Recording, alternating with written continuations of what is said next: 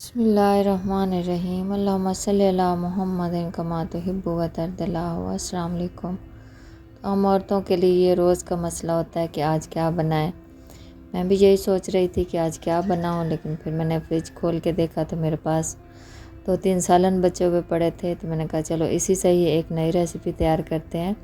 तो जहाँ मेरे पास कुछ चिकन का सालन बचा हुआ था तो मैंने उसके अंदर थोड़ा सा और पानी डाल के उसको पकने के लिए छोड़ दिया। या मेरे पास थोड़ी सी दाल का सालन बचा हुआ था और थोड़े से ये आलू और अंडों का सालन बचा हुआ था। तो मैंने कहा चलो आज बहुत ही मज़ेदार और लाजवाब से कबाब तैयार करते हैं। तो ये पहले मैंने चिकन में थोड़ा सा पानी डाल के इसको गर्म कर लिया ताकि मसाला जो बोटियों के ऊपर लगा हुआ था वो उतर जाए। तो अब मैं इसको थोड़ा सा गर्म करके तो चूल्हा बंद कर दूँगी। देखिए इस तरह मैंने इसको मिक्स कर लिया ताकि बोटियाँ सारी बिल्कुल ना ऐसे ऊपर से इनके सारा मसाला उतर जाए। ये देखिए ये बिल्कुल भी ऊपर मसाला नहीं है। मैंने इनको अलहदा कर लिया, फोक से इनको निकाल लूँगी।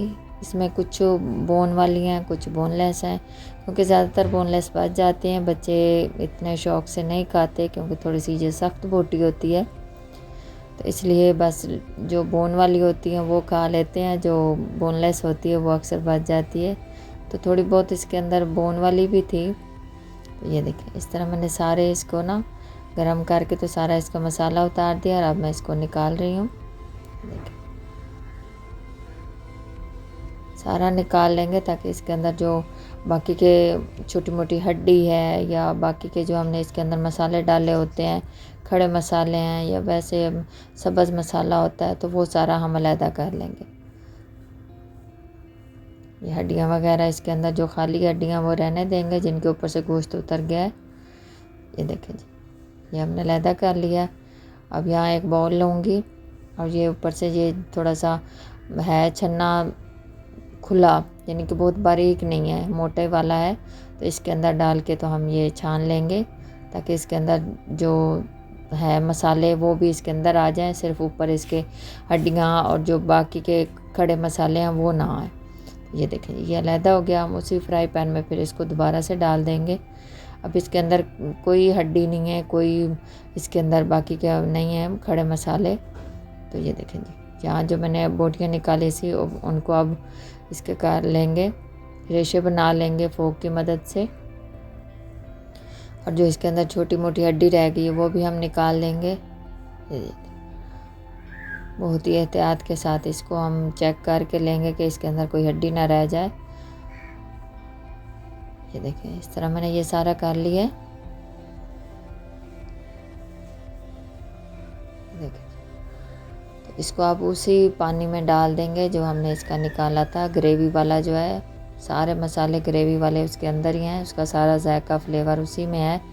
तो हम इसी के अंदर दोबारा से इसको डाल देंगे और जो हमारे पास दाल है वो डाल देंगे।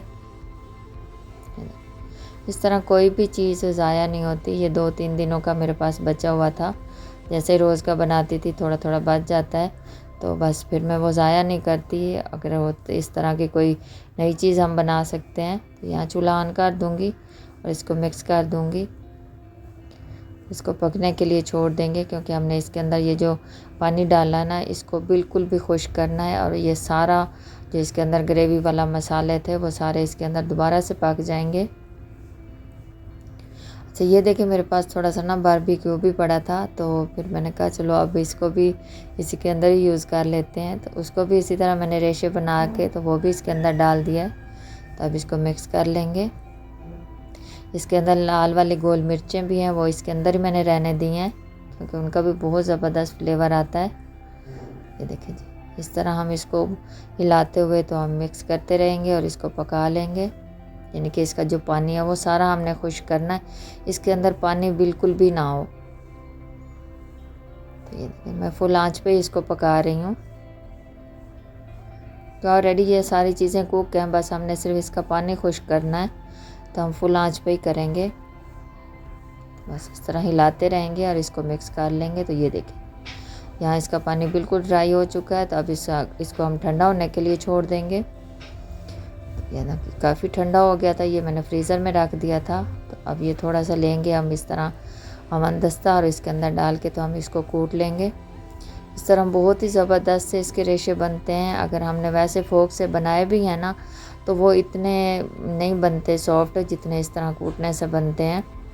तो इस तरह बाकी जो दाल के छोटे मोटे ज़रे रह गए हैं या आलू के, वो भी इसके अंदर अच्छे से मिक्स हो जाएंगे, हम कूट लेंगे। तो ये देखें जी, माशाल्लाह ये कितना ज़बरदस्त सा बन गया। इसके रेशे देखें, आपको नज़र आ रहे होंगे कितने ज़बरदस्त बने हैं। तो इसको हम निकाल लेंगे।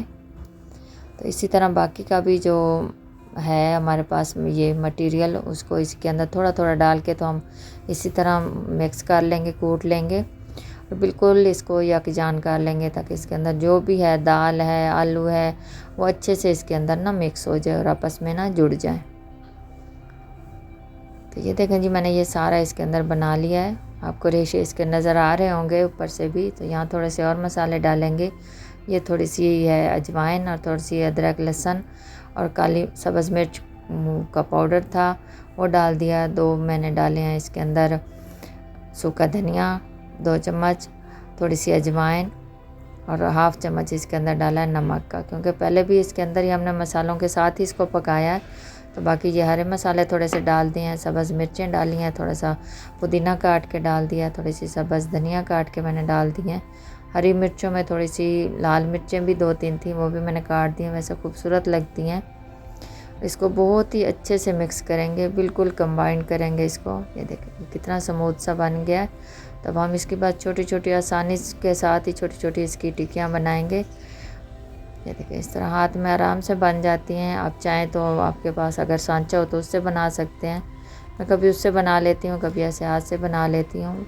दोनों तरीके अच्छे हैं, दोनों से बहुत ज़बरदस्त बनती हैं, हाथ से भी बहुत प्यारी बन जाती हैं। तो इसी तरह ये सारी हम बना लेंगे।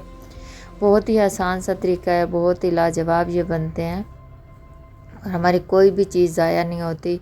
यकीन जानिए हमें अलग से कुछ पकाने की भी ज़रूरत नहीं पड़ेगी। अगर इस तरह कभी आपके पास कुछ बच जाए तो ज़रूर ट्राई कीजिएगा। तो ये देखिए अब हम इसको थोड़ा सेट होने के लिए रख देंगे फ्रीज़र में, फिर इसको फ्राई करेंगे।